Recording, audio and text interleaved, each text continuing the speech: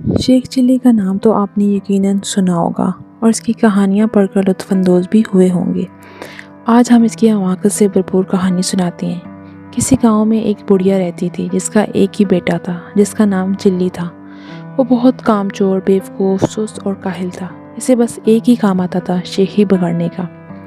جہاں جہاں لوگوں کو اکٹھے بیٹھے دیکھتا ان کے قریب جا کر خود بھی بیٹھ جاتا اور انہیں گفتگو کا موقع دیے بغیر اپنے جھوٹے سچے کارنامے بیان کرنے لگتا۔ گاؤں کے لوگ اس کی اس عادت سے بہت تنگ تھے اور اس کا نام ہی شیخ چلی رکھ دیا تھا۔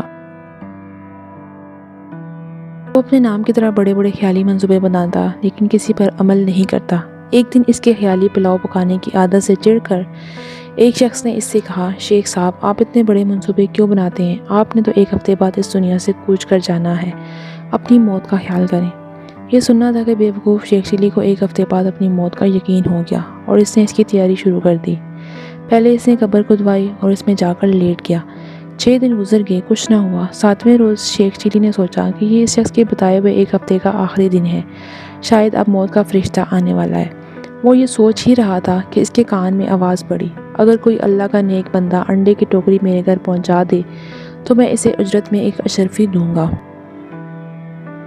شیخ چلی اشرفی کا نام سن کر قبر سے باہر نکل آیا اور انڈے کی ٹوکری اٹھا کر سر پر رکھ لی۔ یہ دیکھ کر ٹوکری کے مالک نے کہا، شیخ صاحب ذرا سنبھال کر لے جانا، انڈے ٹوٹنے نہ پائیں، ورنہ ایک دمڑی بھی نہیں دوں گا، الٹا ہرجانہ لے لوں گا۔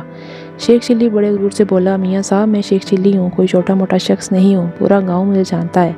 یہ کہہ کر وہ انڈے کی ٹوکری لے کر چل پڑا۔ خیالی پلاؤ پکانے کی تو عادت تھی ہی، سر پر انڈوں کی ٹوکری رکھ کر راستہ چلتے ہوئے اس کی ذہنی روح بہک گئی اور لگا خیالی پلاؤ پکانے۔ انڈے پہنچانے کی مزدوری مجھے ایک اشرفی ملے گی، بڑی رقم ہے، اس سے میں مرغی خریدوں گا، وہ انڈے دے گی، انڈے بیچ کر بکری لوں گا، جو بچے دے گی، بکری کے بچے بیچ کر گائے لوں گا، گائے دودھ دے گی، میرے بچے دودھ مانگیں گے تو میں ان سے کہوں گا یہ لو دودھ۔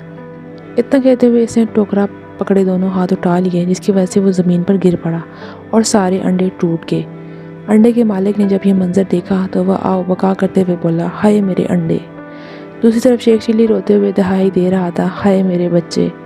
دونوں کی آوازاری سن کر لوگ جمع ہو گئے اور شیخ چلی کی بات سن کر اسے باور کرایا کہ تمہاری تو شادی بھی نہیں ہوئی، بچے کہاں سے آ گئے جو تم رو رہے ہو؟ ہاں، انڈوں کے مالک کا تم نے جو نقصان کیا ہے اس کا ہرجانہ تمہیں دینا پڑے گا۔ بات شیخ چلی کی ماں تک پہنچی، اس نے وہاں آ کر ہرجانے کی رقم ادا کر کے شیخ چلی کی گلو خلاصی کرائی۔ تو دوستو، آج کی کہانی آپ کو کیسی لگی؟ اگر آپ کو کہانی اچھی لگی تو کمنٹ باکس میں مجھ سے شیئر کریے گا۔ اپنا بہت سارا خیال رکھیے گا، دعاؤں میں یاد رکھیے گا۔ اب آپ سے چاہتی ہوں اجازت، اللہ حافظ۔